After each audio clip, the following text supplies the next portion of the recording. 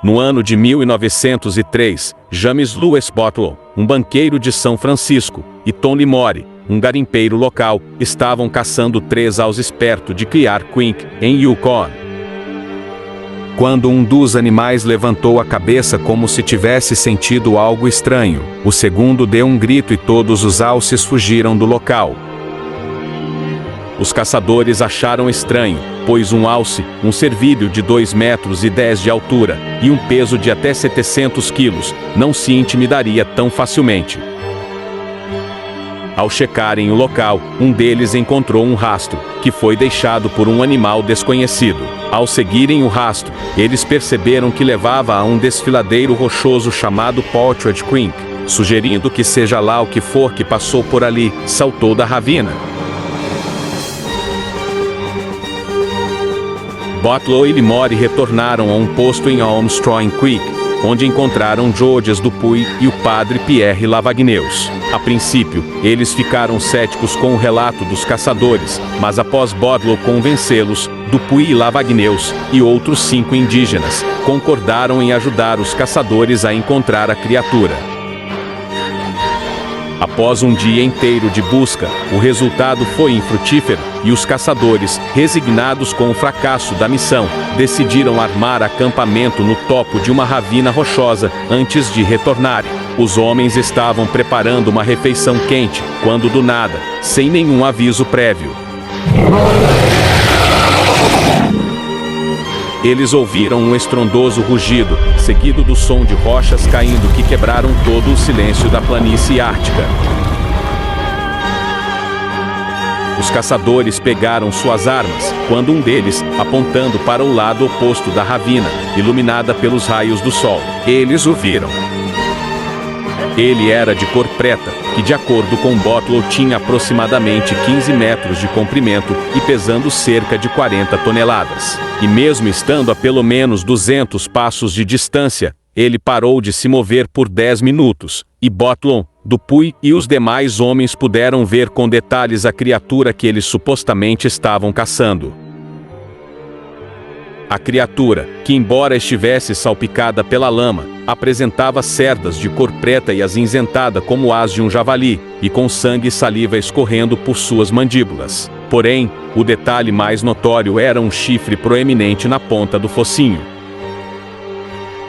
Todos os homens ficaram aterrados com a visão. Os indígenas se encolheram atrás de uma grande rocha, enquanto os demais ficaram em silêncio absoluto. Quando ficou claro que a criatura não os percebeu, o padre Lavagneus encontrou forças para falar. Ele disse, com os dentes trêmulos: "Um ceratossauro. É um ceratossauro do Círculo Polar Ártico."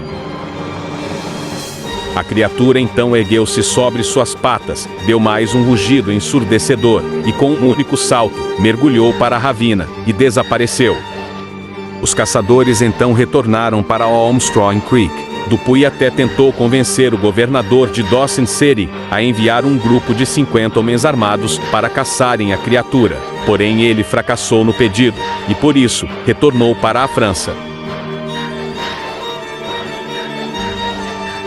Em janeiro de 1908, no entanto, Dupuy recebeu um cartão de Natal do padre Lavagneus do ano de 1907.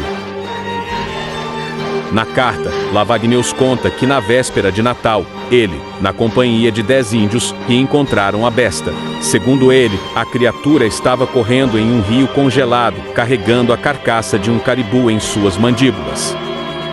Lavagneus conta que encontrou rastros semelhantes aos de 1903 e que o seguiu por longos 3 quilômetros, antes de desaparecerem na neve. Dupuy então publicou essa história na revista francesa Jane Sistout e na revista britânica The Strand Magazine, com o título A Besta de Partridge Creek.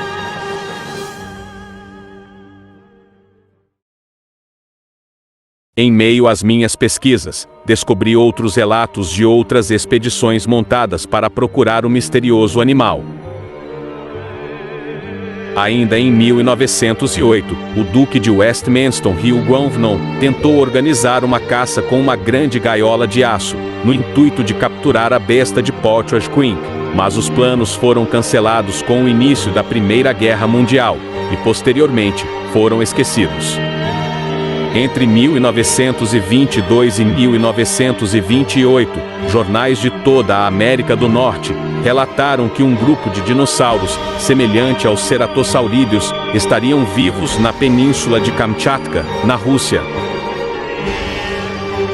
A descrição do monstro de Potters Creek, de acordo com o relato de Dupuy, é similar com o terópode ceratossauro.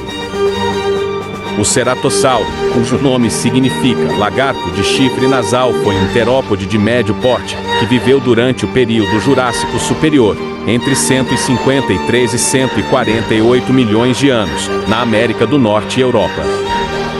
Esse era um predador que media entre 2 e 2,5 metros de altura, 6 metros de comprimento e pesava cerca de 1 tonelada. Tinha como característica mais notável 3 chifres em sua cabeça, 2 sobre os olhos e 1 sobre seu focinho.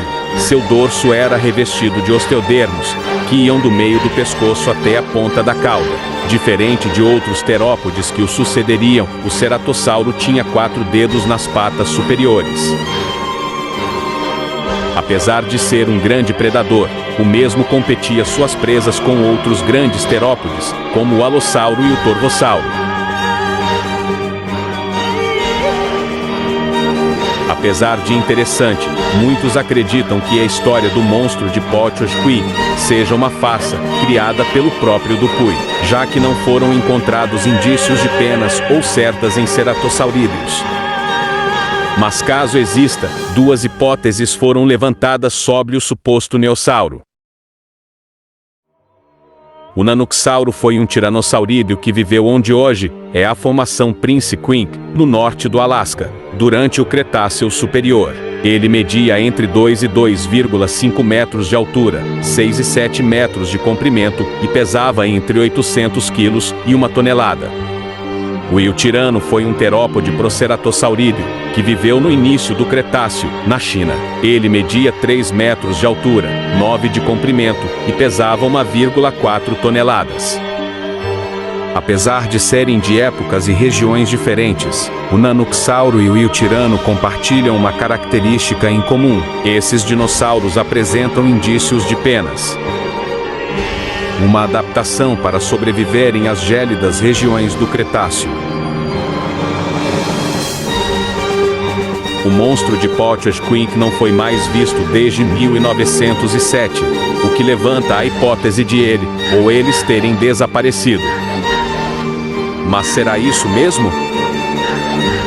Será a criatura uma farsa ou de fato um animal desconhecido, que se adaptou para sobreviver à gélida região do Canadá?